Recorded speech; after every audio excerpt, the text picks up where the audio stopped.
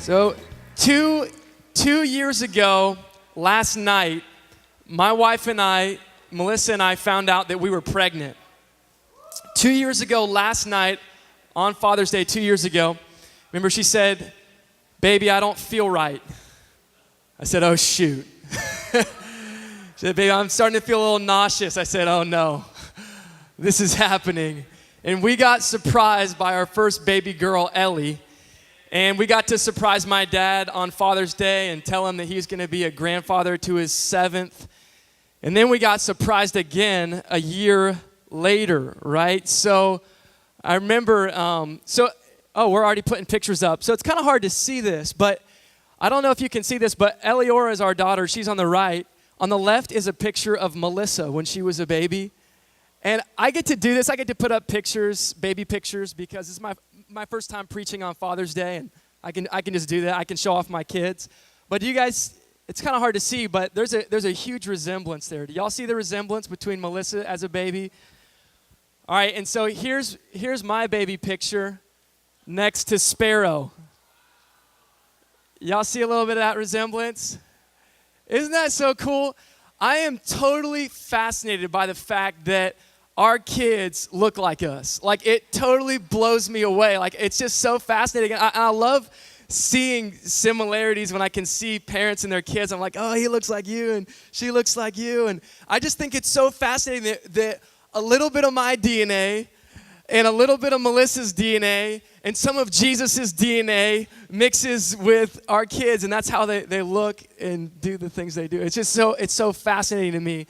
And so anyway, I want to tell a couple of funny stories just because I can. And I love my girls so much. I'm way outnumbered in my family, 75% female household. So I'm fighting, but I love my girls. I mean, there is nothing more fulfilling than when Eliora reaches up and grabs my hand when we're walking somewhere. Like, there is nothing more fulfilling than that for me personally. It brings so much joy and happiness. And some cute things she's doing right now, we've been singing nursery rhymes and teaching her like nursery rhymes and stuff. And so we've been singing this song, "Ring Around the Rosie," which is kind of a morbid song if you know like the background and stuff. So we won't tell her what it means until way later. But whenever it gets to the part where she says, "Ashes, ashes," she loves this part because she's ready to fall. Like, she is ready to hit the ground. It's her favorite, and just roll over laughing.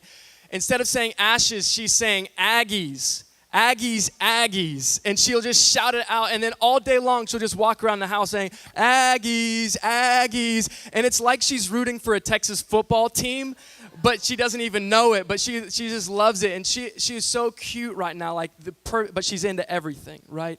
She's putting her fingers into outlets, and she's pulling stuff out of drawers, and we're having to lock up all the chemicals and do all the parent stuff. I mean, responsibility as parents is real. But Sparrow right now, she's about to be 4 months, so she's hit that just perfect stage. She is at the perfect baby stage where she can't in any way rebel. All she can do is cry if she wants something, and as soon as you give that to her, she is all smiles and just, "I love you," and you just feel like you are the greatest. You know, you feel like you are the best parent, and she's starting to laugh, and so it's amazing. Like, just having kids is so amazing. Melissa comes from a family with 6 kids in her family, and I come from a family with 4 kids, and I can't even imagine having 3 right now, honestly. Like, 2 kids is, right now for us, it's enough. Like, we were talking, and we were saying, how could we possibly do it with even 1 more kid? Like, I have no clue how we could just even do 1 more, 3. Because, you know, when you have 1 kid, like those of you who are parents in here know, when you have 1 kid, you can kind of just pass the child off when you don't want to do it. You know, just, hey, take it. You know, she's crying, you know, get her what she needs, whatever you can. When you have 2 kids, you got to play man to man. You know what I'm saying? Like, you both have to focus on one, and if you're going to do a pass off, it's only going to be because you switch, right? But when you have 3 kids, you have to play zone defense. Like, at any given time, one of them could be getting into something that they shouldn't, right? So Blake and Matt and all those who have 3 or more kids, like, power to you guys. Like, I don't know how you do it because I've seen people with 3 or more kids. They're the people in the grocery stores that are like talking to food. They're like on the bread aisle and they're like, hey, you have 110 calories and you have 4 grams of fiber, and I think I'm supposed to get fiber for my kids. And they're, when the eye starts twitching a little bit, and that's why we're just going to wait. We're just going to wait on the third. For those of you who are wondering, we had 2 really quick, but we're not trying to jump in real fast. But I don't know how my dad did it. My dad is amazing. I have an amazing dad. My dad was always a protector. He was always a provider. He was, to me, like he was the picture of what a good dad should look like. I'm just being honest. Like, I'm not making this stuff up. He is that picture. He's not perfect. No dad is perfect, but my dad was like a picture of what a good dad should look like. I mean, we used to live across the street from this church right here on Edgewood Avenue. And every Saturday when we were kids, my dad would take us on bikes to go to Boone Park. And we would go and we would play tennis, we would play in the park or whatever. And then afterward, he'd take us, to get ices on the way home just to give my mom a day. You know what I mean? He was a great dad. He worked all week, but the thing he looked forward to was coming and being with his kids. And some things, I've been thinking about my dad as we were getting ready for Father's Day, and some things that really stuck out to me is like how selfless my dad is. A lot of you know my dad, and so you've met him and interacted with him, but he's just such a selfless individual. Like, he made so many sacrifices. We had 4. So you have to make sacrifices when you have that many kids. And I just remember one thing that always stuck out to me is we would go on vacation. And when we were on vacation, we would do all like the touristy stuff, we'd go see stuff. But because we were always kind of cheap and kind of frugal, like we were the family that like you never got soda when you went out to eat, like you never did. So we were always very like money conscious. But I remember we would all get our portions of food around the table. And, I'm a big eater, and I've always been that way. Like, I was big out of the womb, and I was like, give me food. Like, I love food, And I remember, like, the portions would go around. I'd see what my older brothers got, and they would always get more, and so I'd always be kind of jealous. Like, why don't I get as much as them? And it's because they were, like, twice my size, but I still felt like I should have gotten that much. And so by the end of the meal, I was always asking for more. Like, I was that kid who was like, more, just give me more. Eliora is the exact same way. It's so funny. She just wants more food. But I remember my dad, when I would finish my portion, and my dad wouldn't generally get a whole lot more than us when we were like on this vacation, dinners. But I remember I would be like, I'm still hungry. And I would watch my dad take food off of his plate and put it on mine, even though I just knew as a kid, I was like, there's no way he's getting full off what he's eating right now. But I would watch him. He would take food off his plate and put it on mine. I remember thinking as a kid, like, why would you do that? Like, why would you give your food to somebody else? Like, that is just so crazy. But my dad did. He loved his kids, he loved us. And I just remember that stuck out to me. But, raising kids isn't easy, right? Like, those of you dads in the room and moms, y'all know that it's not easy to raise kids, You have to make sacrifices. Like, you have to, put things that you want on pause or on hold indefinitely sometimes so that you can raise a family. But, we're in a society right now that I believe is really in crisis in a lot of ways. We're in a society where raising kids and the issue of raising kids is really an issue of convenience or inconvenience. And there's a lot of parents that are just bowing out of the process, and they're saying, I had this child, but I just really don't want the amount of responsibility and sacrifices it takes to raise a child. And so I'm going to read some statistics, and I don't usually do this, but I saw these, and they really stuck out to me. Hopefully we can put some of these on the screen. But, in 2013, there were reported 74 million children in the United States. There was close to 74 million children. 46% of those children have 2 married parents in their first marriage. So you're getting that. The original mom and dad, there's less than half who still have their original mom and dad raising them. That's actually down from 73% in 1960. So in 1960, there were 73% of children who had their original parents. Now we're down to 46%. 15% have 2 married parents.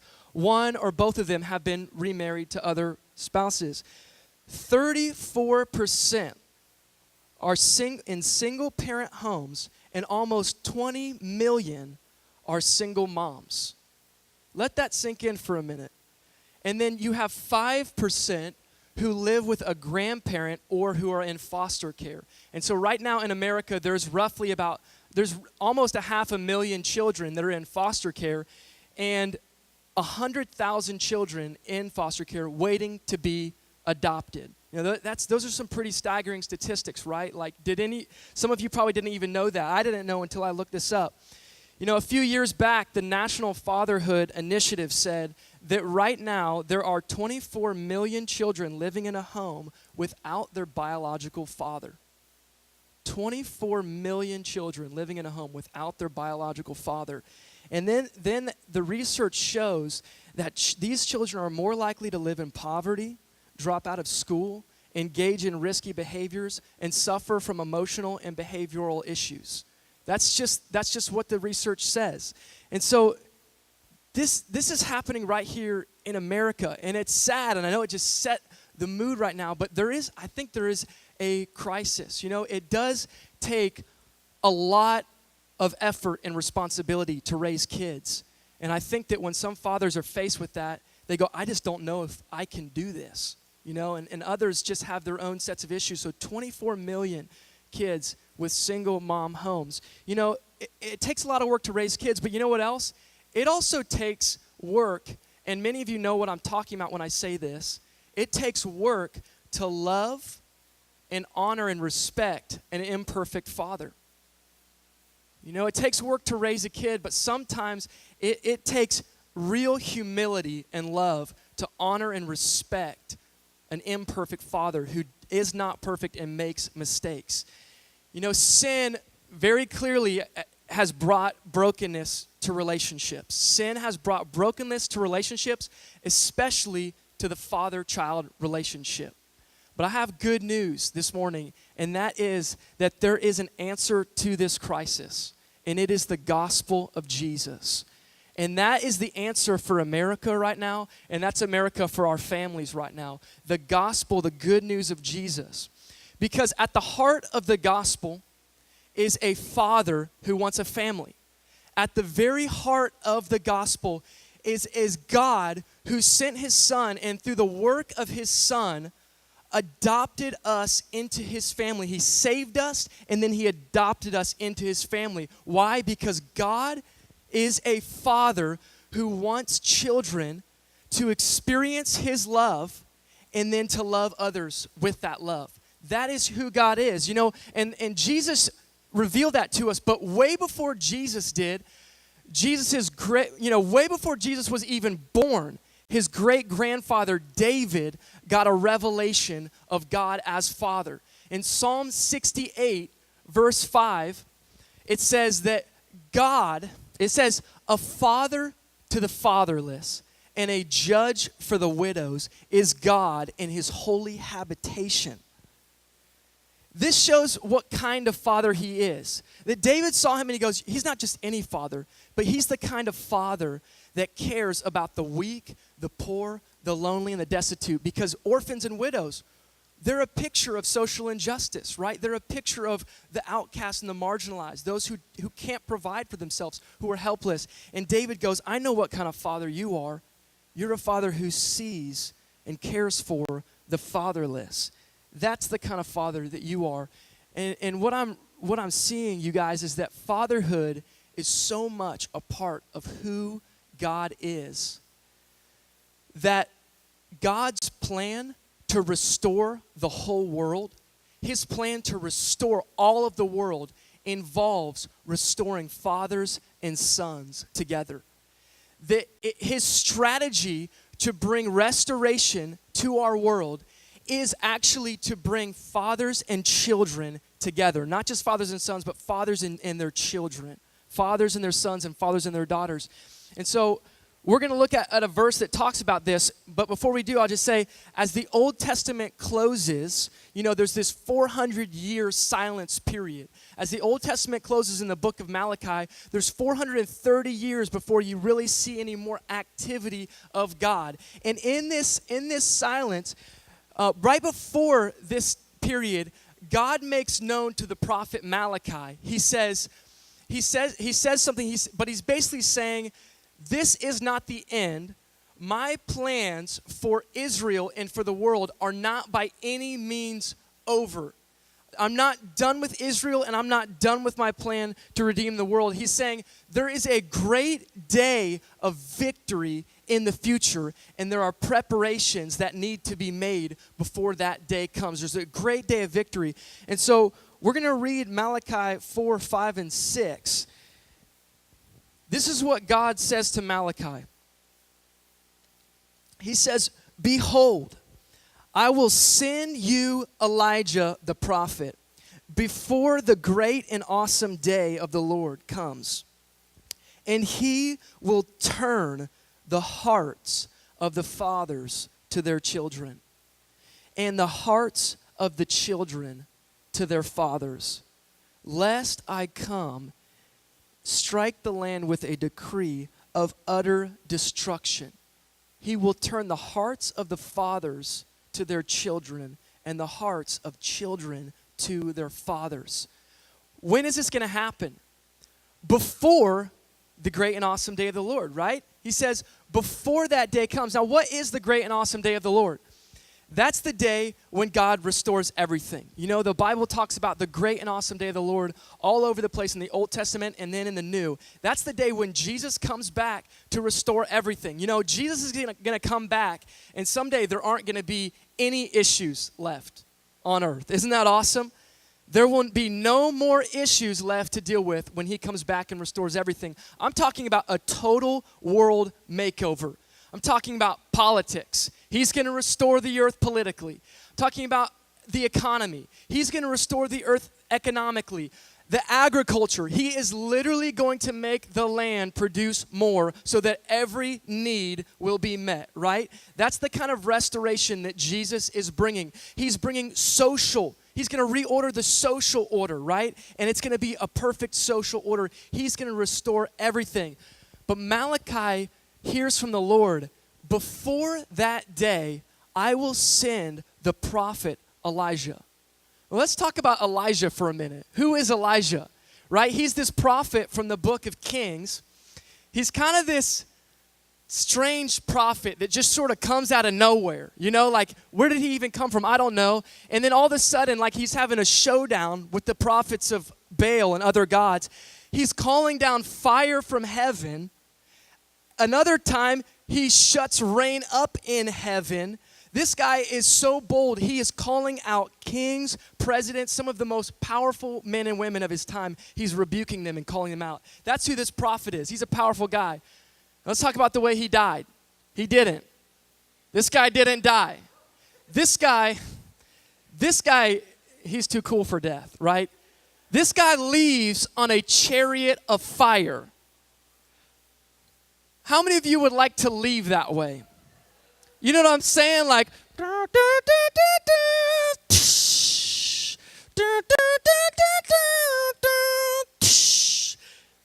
I'll see you guys later when I come to restore the hearts of the fathers. I mean, this guy is bad to the bone, right? Like Elijah. And Malachi says, this guy is going to come before the great and terrible day of the Lord. You know, when the Old Testament came to an end, you would kind of expect there to be a bridge between the Old Testament and the New Testament. You would expect there to be a bridge, but you wouldn't expect this bridge, right? Because of all the things that Elijah could do. I mean, this guy left on a chariot of fire. He called down fire. He stopped rain, like powerful guy, right? Of all the things he could do, you know, Elijah could come before Jesus comes, and he could change government. Like, I think a lot of government needs changing, right? Elijah could have come, and he could have blocked the hurricanes that are about to hit us. You know what I mean? Like, he could have totally stopped that. You know, Elijah could have done all these things, but of all the things that God is sending Elijah to do, he is sending him to restore fathers and their children. How amazing is that? That God's plan, God hones in on the foundational reality of family. And he says, this is going to be my agent for bringing transformation to the whole world. Family will be my agent for transformation for the whole world. this is what it's gonna be. And it's just amazing. And Jesus talks about this verse. You know, in Matthew 17, Jesus takes Peter, James, and John up on the mountain of transfiguration. Moses shows up. Jesus is shining in his glory. Elijah shows up. And then when they're walking away, the disciples are just totally in awe of what just happened. And then they ask Jesus in Matthew 17, they say, "Why do the teachers say that Elijah must first come?" And this is what Jesus says. He says, Elijah will come and he will restore all things.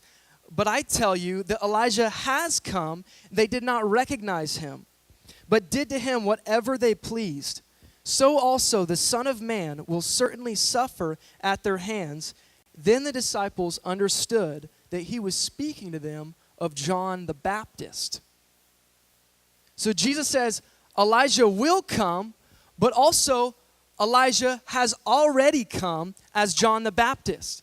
This interesting tension that he presents. In John 1:21, when John the Baptist was doing his ministry, the people came to him and they said, "John, are you the prophet Elijah?" And John very plainly said, "No, I'm not him." So why would Jesus say that John the Baptist was the Elijah to come? And it's because when John was born, it was prophesied over him in Luke chapter 1, verses 16 and 17. It says about John, "He will turn many of the children of Israel to the Lord their God, and he will go before him," speaking of Jesus, "in the spirit and power of Elijah, to turn the hearts of the fathers to their children, and the disobedient to the wisdom of the just, to make ready for the Lord a people prepared." So John the Baptist was not Elijah, but he prepared the way for Jesus in the spirit and the power of Elijah. Do you guys see that? And he did it through calling people to repentance and through faith in Jesus. He was calling them to the gospel, right? And in calling them to the gospel, he is fulfilling what was spoken about the prophet Elijah. You know, John the Baptist had the power of Elijah. That's kind of crazy to think about. You know, he never called down fire, but it was said of him that he had the power of Elijah.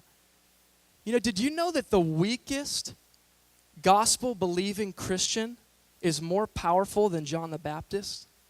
Did you know that the weakest, like the absolute weakest gospel-believing Christian has more power than John the Baptist?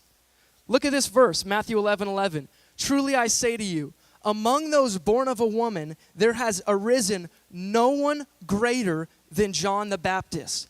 Yet, the one who is the least in the kingdom is greater than he is." That means that the weakest gospel-believing Christian is greater than John the Baptist. How could that be? Well, it's because of the baptism of the Holy Spirit. It's because of the power of the Holy Spirit that the weakest Christian is actually greater than him. Because it took Jesus' death and resurrection to secure our forgiveness first, and then to offer us the baptism and the power of the Holy Spirit. It took that, right? And so we have even more power than John the Baptist, who made a way for Jesus at his first coming. That's amazing. And you know why we need that? Because forgiveness and power are completely essential for us to love our children and for our children to love us back. Forgiveness and power. You know, if it wasn't for the forgiveness of Jesus, we would just be walking around in circles of shame and guilt, right, over what we've done or how we weren't good enough. But because of the forgiveness of Jesus, we have freedom to love, but we needed his power too. We needed his grace, right? And so, you ever read these verses? Who's read these verses and said, like, why wasn't Elijah going to come and like turn hearts of mothers to children and children to mothers? Like, I was reading, I was like, and then it hit me, I was like, generally, you know, it kind of goes without saying that generally moms don't need their hearts turned to their kids. You know what I mean? Like, I know a lot of moms, and most of them like love their kids extravagantly, you know, and are usually the ones who are like nudging the dad, like, hey, you need to spend more time, you need to invest more. You know what I mean? Because moms just have that. Now, I won't lie, like there are some moms, and sin sin has broken all the relationships, the parent-child relationships. And so you could insert mother into this verse. I believe you could insert mom in here. You know, that Jesus will come and he will turn the hearts of mothers to their children, right? But I think for men, that we need the challenge from the Lord to see our children as an inheritance, as a heritage, and a blessing from God. Like, we need that challenge. You know, look at Psalm 127. Children are a heritage from the Lord. It says that, behold, children are a heritage from the Lord. The fruit of the womb, a reward. Like arrows in the hand of a warrior are the children of one's youth. Blessed is the man who fills his quiver with them. He will not be put to shame when he speaks with his enemies in the gate.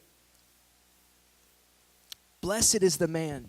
We have to see our children that way, and we have to call men in our society to begin to value their children. Begin to value time with their children, investing in their children. You know, I believe one of the biggest parts of the crisis that's hitting families in America is what's happening with abortion. You know, and many fathers will make the decision to say, I want to have no part of this, because they're just like, I don't know how I can do this. And so they're running the other direction, leaving women with few options and just going, well, I have no other choice, you know. And I think that is a huge crisis. You know, the Pope yesterday made a huge statement. The Pope yesterday made a huge statement. He's taken a lot of flack for it, but I believe it's the heart of God, and I believe it was from the Lord to people. You know, he basically urged families to accept children as they are given to us. And he literally said this. He said, last century, the whole world was scandalized by what the Nazis did to purify the race. And he said, today we do the same thing, only with white gloves. And I mean, he's taking a lot of heat for it. But man, like that, I believe is true. Like, I believe there is a guise. I believe there is the enemy is trying to attack this next generation. And it's going to take fathers stepping up and mothers stepping up. And you know, what we're seeing right now is, as a response to Roe versus Wade being passed years ago, we've seen this adoption movement just radically spread throughout our nation, and much of it is underground, the adoption movement. And it is a movement that I believe is the gospel at work in our nation, the adoption movement. There's a video that surfaced. Actually, there's a worship leader named Michael Ketterer, and he's part of the United Pursuit Band Collective. And he and his wife have actually adopted 5 children out of foster care. They had one of their own, one girl of their own, and then they adopted 5 more after 10 years of having just one child. And there's this video where, check this out, God is bringing the adoption movement onto the forefront of the church's mind right now, and even the whole nation, Christian or not. Check this video out of what happened just a few weeks ago. This is Michael Ketterer. Hello. Hello. Hello, hello. How are you? Nervous. It's okay. And what's your name, please? My name is Michael Ketterer. Where are you from? I'm originally from East Tennessee, but right now I live in Orange County. And tell me a bit about you. What do you do for a living? I'm a pediatric mental health nurse. Okay. And what are you going to be doing for us? Are you a singer? Yes, sir. So this is kind of a different direction, you coming on a show like this, Michael. So tell me what the thought process was. What's the ambition, the dream here? Well, my family's my reason why I'm here. My wife and my 6 children. 6 children. Yeah. You know, one of the things that happens, especially because my children came out of foster care, when you're surviving, you can't dream. And that has been one of the most rewarding things, is providing them with a home and a safe environment where they're free to dream. That's nice. And so I'm here because I want to show them that if their dad can live out his dreams, then nothing's impossible for them. Good for you. Okay, Michael, well, listen, we're all rooting for you.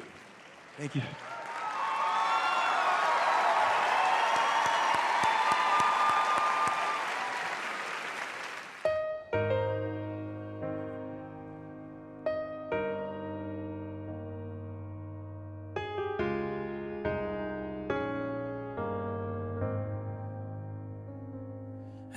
There's a light, a certain kind of light that's never shone on me. I want my whole life to be lived with you, lived with you. 'Cause baby, you don't know what it's like. Baby, you don't know what it's like to love somebody, to love somebody the way that I love you. Oh, the way that I love you. And oh, you'll never know, you'll never ever know just the way that I love you. Oh, the way that I love you.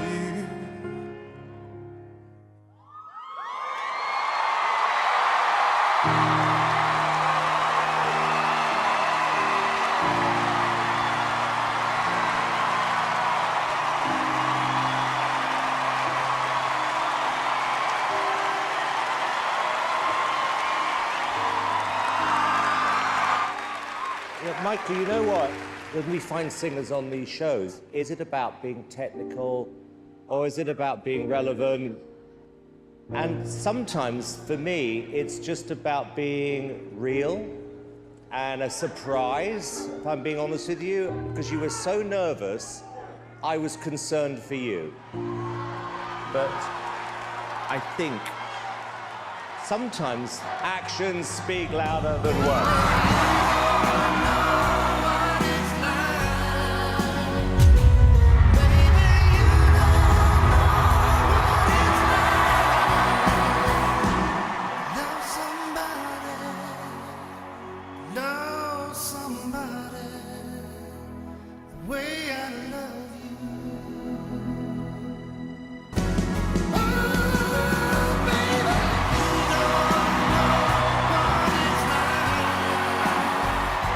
So he gets the golden buzzer from Simon, which is in essence like automatically you go to the next round. But you know, God is highlighting this right now in our nation. And you know that thousands, you know that video has over 5 million views now, and that thousands of Americans are actually clicking over to United Pursuit's worship pages. Thousands of people are now listening to his music, the worship music, because God has put this on the forefront. But you know, you can go on YouTube and just, I encourage you this week, type in Michael Ketterer adoption story, because he'll tell this story, and I'm going to give you a brief version. But you know, they first had their one child, I can't remember her name, but when she was 10, actually a few years before she turned 10, she started having these dreams. And she started having dreams of 3 boys. And their family adopting 3 boys, right? And so she would go to her parents and say, we need to adopt these 3 boys. We're going to adopt. They had never thought about adoption. They didn't want to do it, whatever. God started putting it in their heart. Then they started the process of foster care.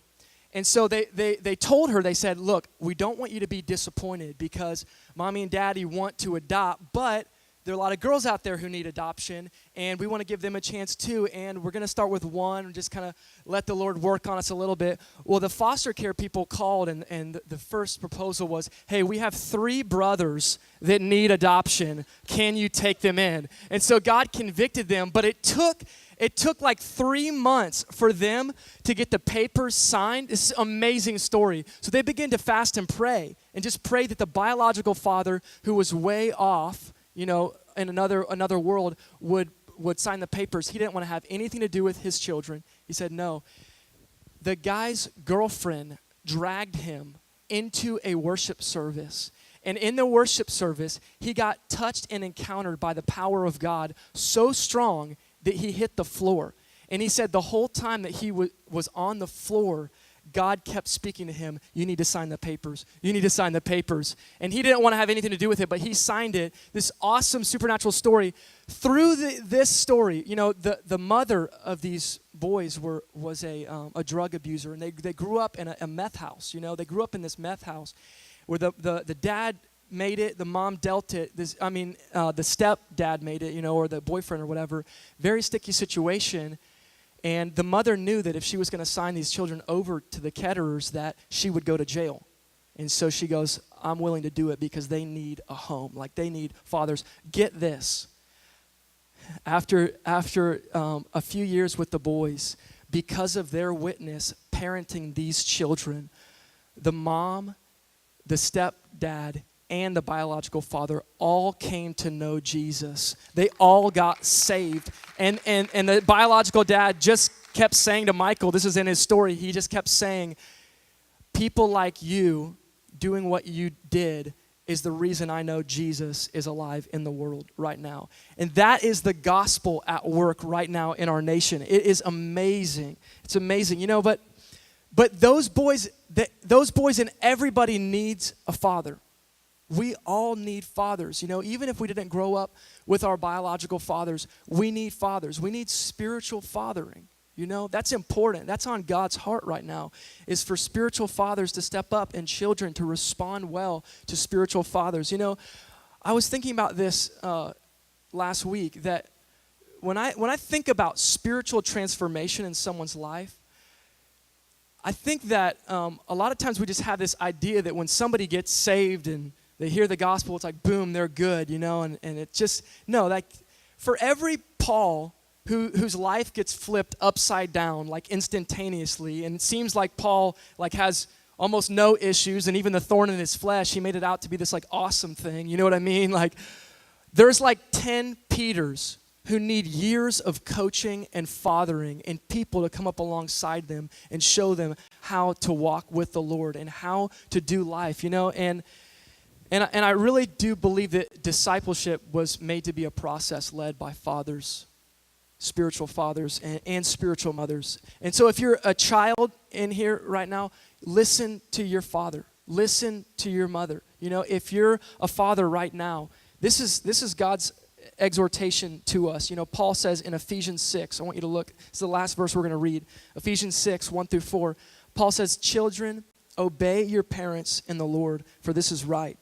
Honor your father and mother. This is the first commandment with a promise, that it may go well with you and that you may live long in the land. Then he talks to the fathers. He says, fathers, do not provoke your children to anger, but bring them up in the discipline and instruction of the Lord. Now, I know Paul talks to the children first, but I want to talk to the fathers first, because I want to give us some just practical ways that we can turn our hearts toward our children in this hour so that the church can be a bright and shining witness to what is on God's heart. Here are some ways. The first thing that we have to do, just plain and simple, we have to ask God to turn our hearts. We don't have the power to turn our own hearts toward our children. It's got to be the power of the Holy Spirit.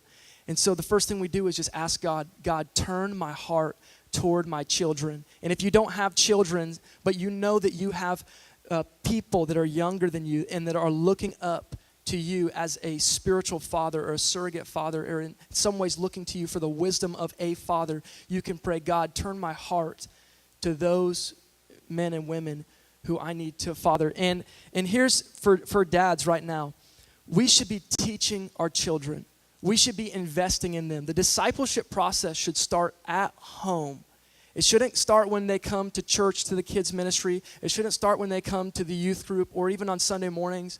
It should start in the home with the father's teaching and instruction. Don't give your kid just the leftovers of your life. Don't give them the leftovers after you've worked and done all those things. Paul says, don't provoke them. And what he's basically saying is just treat them with kindness and don't criticize them to the point that they will turn inwardly and it will fester in anger. He's saying, have grace with your children by treating them with kindness and not constantly criticizing them, but teaching them with grace and patience. And then another thing I just want to boldly proclaim right now, and I do believe surrender pornography to the Lord. If you're struggling with pornography, you have to know that pornography affects not just you and your relationship with the Lord, but it affects your relationship with your wife and with your children. You know, and part of fighting for your kids and having your heart turned toward your children is having your heart turned towards your wife in total purity and commitment. And so I just want to strongly say that, you know, and God is so big, he can help you, and we can help you and pray through it, you know. Children, let me just talk to children, and this doesn't just apply to like people 18 years and younger, you know, because my dad, when we turned 18, he didn't just go, okay, great, I'm done being their father. In fact, it was almost like when I turned 18, my dad's like, he like upped his game, sort of. Like he almost seemed more intentional in investing into me relationally after I was responsible for a lot of other things and moved out, you know, and even right now. And so fathers, it's teaching and instruction. It doesn't just stop when your children move out. You know, you could be 65, 70, I don't know how old in this room right now, and you still have a job to teach, to train, to impart grace to your children. And children, you know, this is not just under 18, but obedience, you know, listening to your parents. Listen to your parents, obey.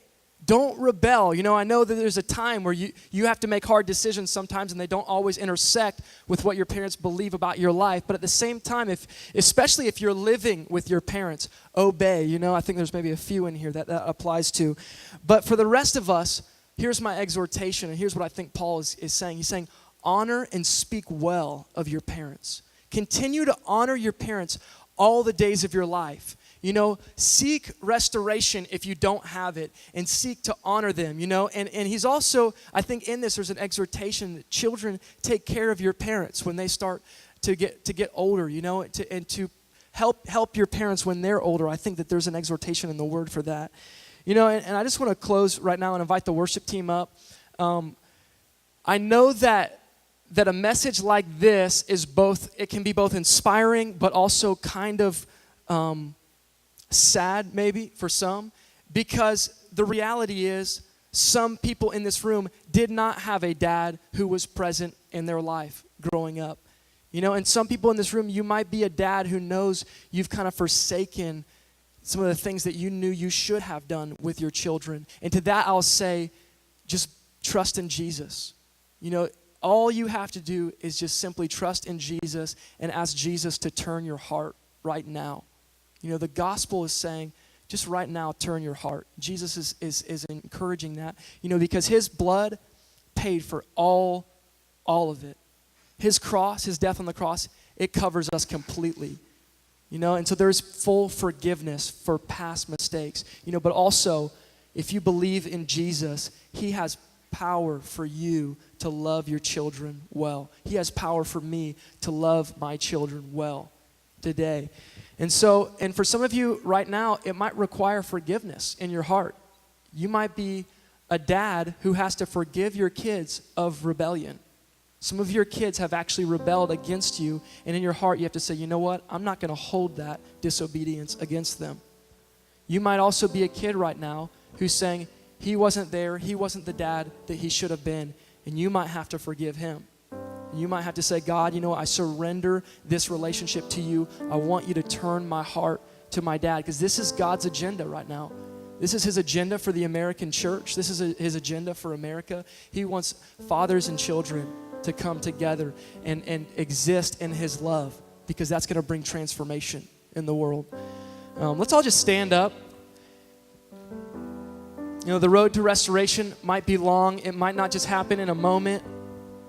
But Jesus is restoring family. Jesus right now is restoring fathers and sons and fathers and daughters. He's doing it. And so if any of that spoke to you and you think, you know, you might be saying, I could use some prayer, or I could use someone to pray over me. I want to just encourage some of our prayer team just to come forward. And if you're on the prayer team, you can go to make your way forward. And we just want to be able to pray with you. And just simply just partner with you, asking God to turn your heart to your father, and maybe it's even turning your father's heart to you because your heart's been turned toward them for a long time. And so our prayer team is down here and they're available. You can come and receive prayer for anything. It doesn't have to be a relationship with your dad. Could be anything at all. If you need healing, if you need prayer for other relationships, that's totally fine. And we're just going to make this space for just prayer ministry to happen.